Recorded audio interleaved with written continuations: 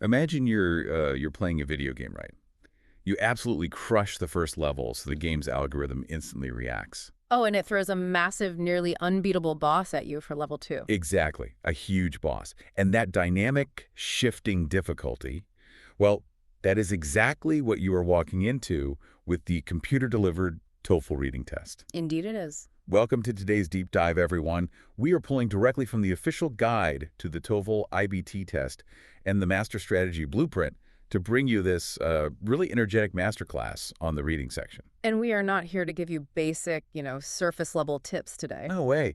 We're here to elevate you. We want to take you from being a good reader to a highly strategic test taker. And we do that by unpacking the hidden architecture of this exam. It really is a fascinating architecture to unpack, too, because the test makers have designed a very specific landscape, and navigating it requires, well, a distinct set of tools. The bottom line, and by that I mean the single most fundamental point of our entire strategy today, is that you have to stop reading this test like a casual novel. Oh, I love that. You have to start reading it like a structural blueprint. I mean, if you walk into this exam trying to absorb a passage the way you would read a paperback on a Sunday afternoon, the exam will completely outmaneuver you. It totally will. And Yeah. that is exactly the coaching mentality we need today.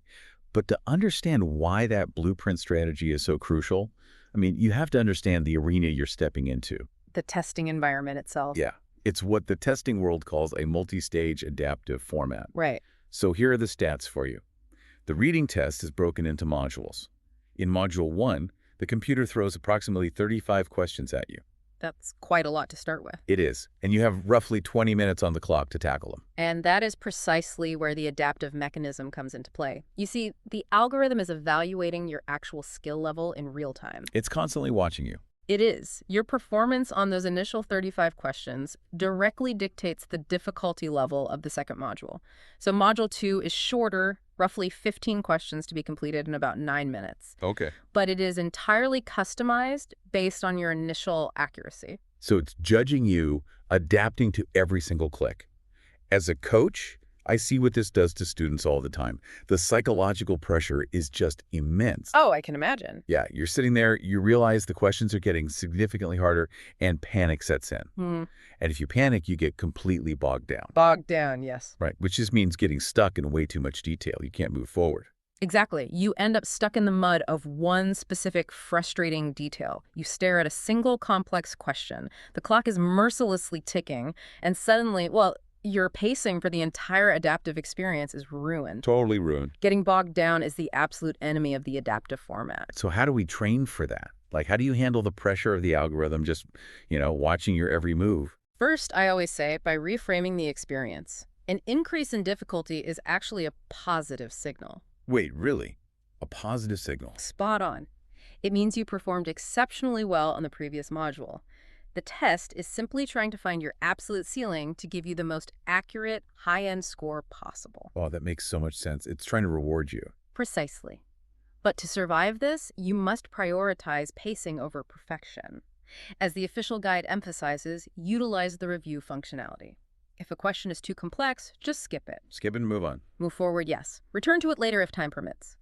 The adaptive format demands relentless momentum. Relentless momentum. I tell my students all the time, you cannot win the game if you run out of time on the clock. You really can't. So we need a specific reading strategy that structurally prevents you from getting bogged down. If your current tactic is to just scan the text word for word, trying to process every single noun, verb, and adjective you have to abandon that right now. Complete paradigm shift. Exactly. We are pivoting to what our blueprint calls structural mapping. It's a vital shift because, word-for-word scanning forces you to treat every single sentence as equally important, and that is simply not true in academic writing. Not at all. Structural mapping advises treating the first paragraph of any passage as your compass. That introductory paragraph is not just a polite opening, it is the map of the entire text. It sets the stage for everything. It locks down the overarching theme, the tone, and the logical premise. So you use that compass to get your bearings. Then what do? Did you just start reading normally? No, absolutely not. From there, you do not read every subsequent word immediately. Instead, you map out the topic sentences at the start of each following paragraph. Oh, okay. You are quickly building a conceptual outline in your head before you ever attempt a single question. Okay, think of it like taking a drone shot. Yeah. Imagine you are about to walk into a massive, highly complex maze. Right, a literal maze. Yeah. If you use word-for-word scanning, you're essentially staring at your own 2 feet while you walk. Sure, you know exactly what the dirt looks like right in front of you, but you have zero idea where you're actually going. And you will hit a dead end. You are gonna hit a dead end. Yeah. But structural mapping, that's sending a drone up into the sky to take a snapshot of the entire maze before you even step inside.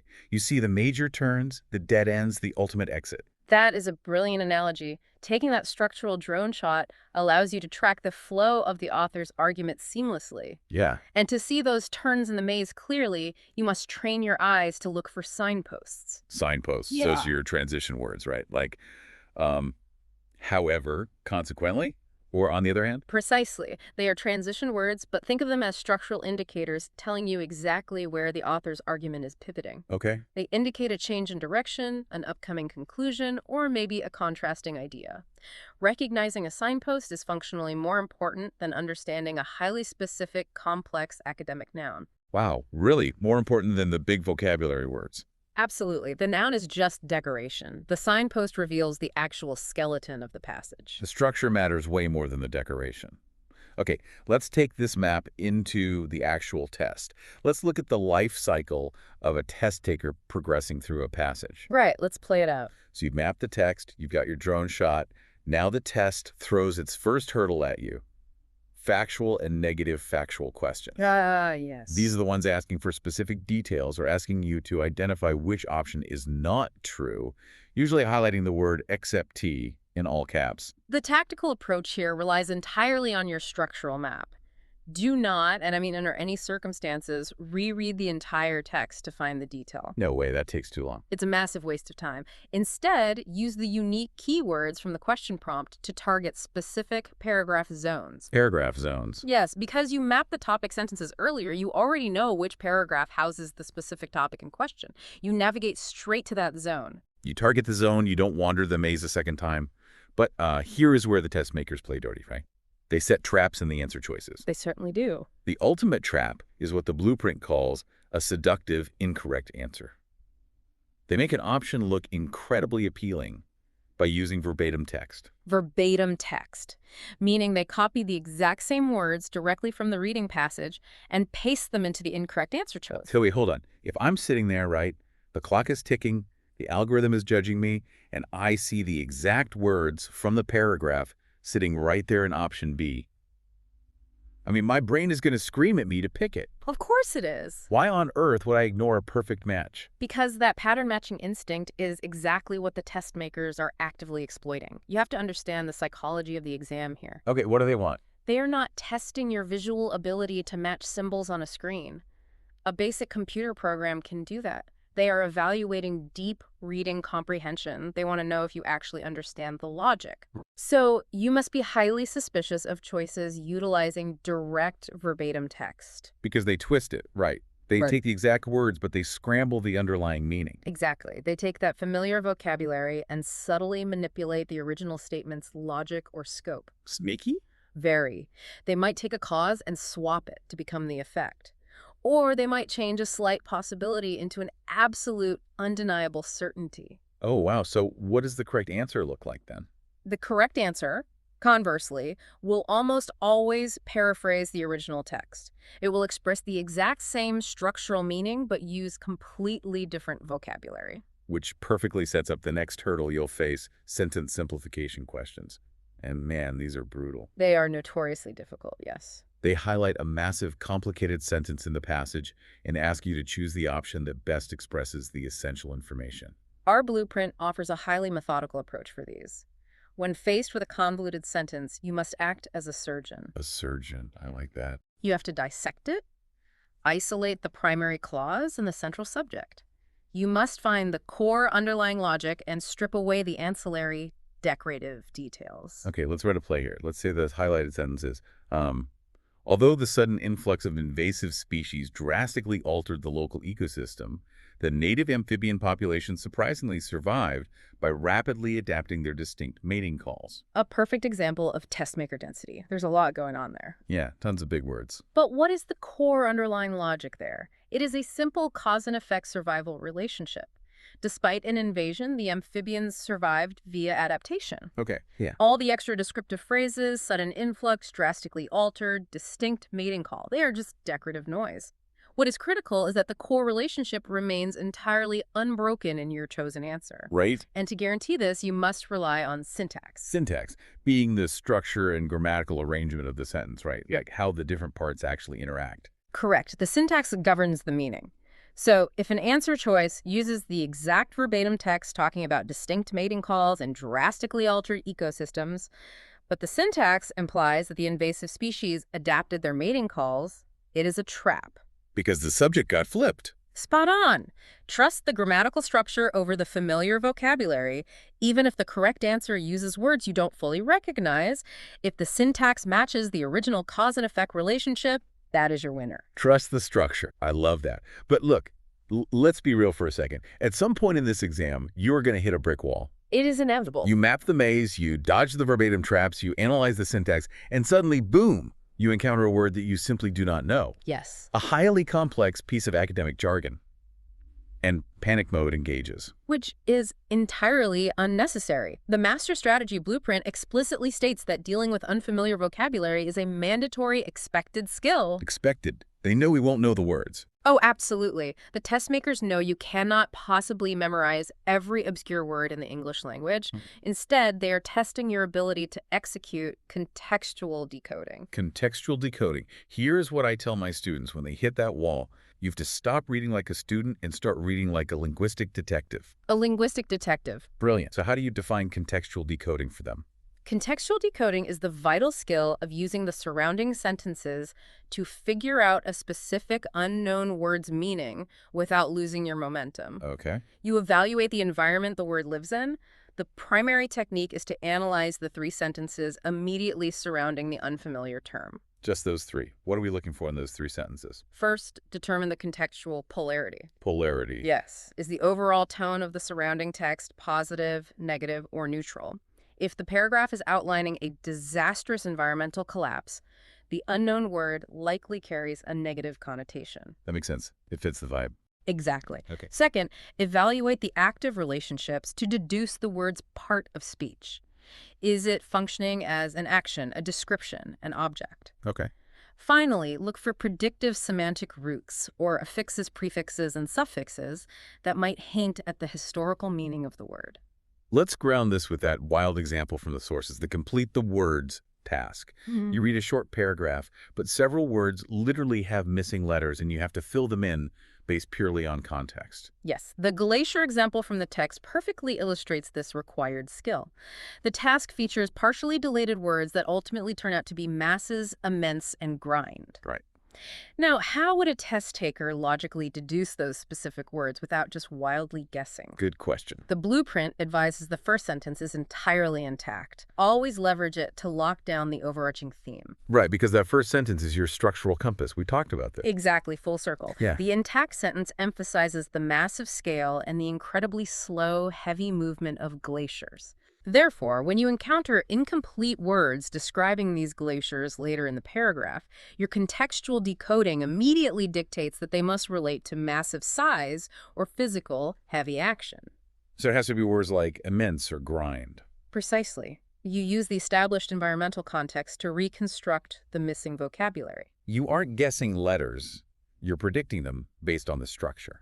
And this isn't just for academic history passages either. No, not at all. The TOEFL also throws read in daily life tasks at you. You know, university memos, campus emails, class schedules. The setting changes, but the strategy remains identical.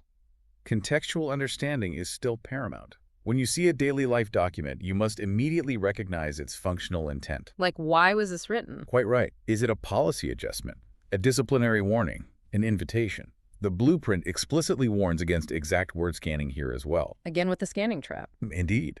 You must pivot to identifying paraphrase concepts that map directly to operational specifics. Because even in an email about a late library fine, The test makers won't make it easy. If the original email says, students must remit payment by Friday, they're going to paraphrase the answer. Oh, undoubtedly. The correct option won't say remit payment. It might say, submit the required fee before the weekend. It's the exact same operational constraint, just wrapped in entirely different syntax. That perfectly illustrates the underlying philosophy of the entire exam. The test is measuring your ability to process and comprehend functional English in a high-stakes environment, It's not just a matching game. not your ability to play a simple matching game at all. This is precisely why understanding the rhetorical purpose of information is so heavily prioritized in the question types. Ah, the rhetorical purpose questions, the classic why questions. They highlight a sentence and ask, why did the author include this specific detail? Notice that they do not ask what the author said. They ask why the author chose to say it. Right, the intention behind it. Why was this specific statistic necessary? Why include this particular historical example? The strategic approach is to focus exclusively on the function of the information. Does it provide concrete evidence for a previous claim? Does it introduce a counter-argument? And here's where the coaching game plan really comes full circle. You have to connect that specific detail directly back to the primary argument of the paragraph, Exactly. which, if you followed the game plan, you already know, because you used your drone shot to map the topic sentences before you ever started answering questions. You already know the main argument that the detail is supporting. It creates a cohesive logical loop. You are always anchoring details to the larger architecture. Let us examine one final, highly technical hurdle, the insert text questions. Oh, these are tricky. The exam provides a brand new standalone sentence and presents you with 4 little black squares within a paragraph. You must determine exactly where this new sentence belongs. These can feel like an absolute puzzle. How do we Yeah. break them down structurally? Well, you are quite literally rebuilding the author's structure. You must analyze the provided sentence for explicit structural anchors, which the blueprint divides into 2 distinct categories: language clues and content clues. Let's walk through how those actually work. What's a language clue in action? Language clues are your transitionals and explicit determiners. Imagine the new sentence begins with, therefore, this resulting chemical reaction. Okay. That word therefore is a massive language clue. It establishes strict causality. The sentence immediately preceding it absolutely must describe the initial action that caused the chemical reaction. So if you try to plug that sentence into a square, and the sentence before it is just like a historical fact about when a scientist was born, you know instantly it's the wrong square. It wouldn't fit. The puzzle piece doesn't fit the shape. The causality is broken. So what about content clues? Content clues require you to assess the broader function of the new sentence. Is the sentence presenting a high-level theoretical generalization, or is it providing a highly specific granular explanation?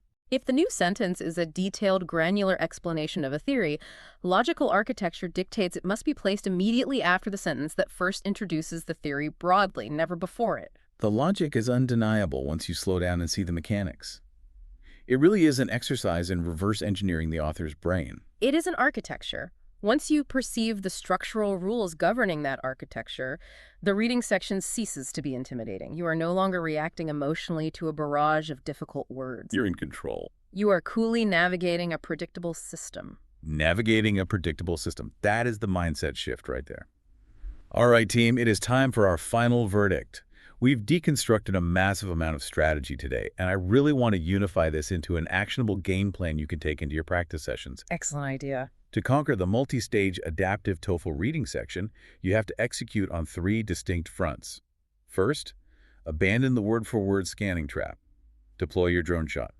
Use that first paragraph compass to map out topic sentences and spot the signposts. That is step 1. Second, when you inevitably hit brutal academic jargon or confusing sentences, don't panic. Rely on syntax over verbatim text, and use contextual decoding to act as a linguistic detective. Spot on. And third, maintain relentless momentum. Don't get bogged down on a single boss battle, prioritize pacing.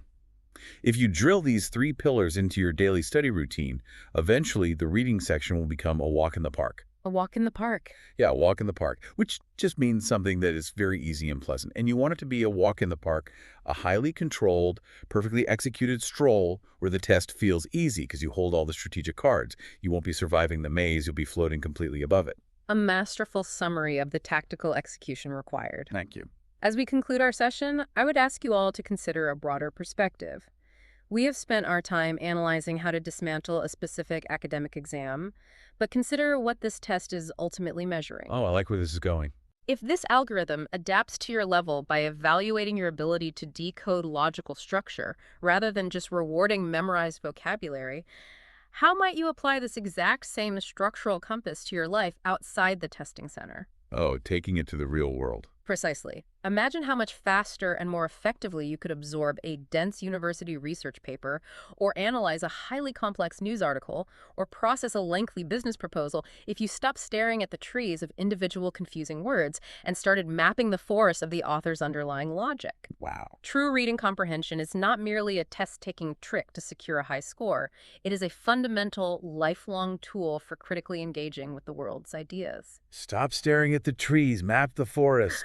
Take the drone shot, get out there and execute the game plan, my friends. We'll catch you on the next deep dive.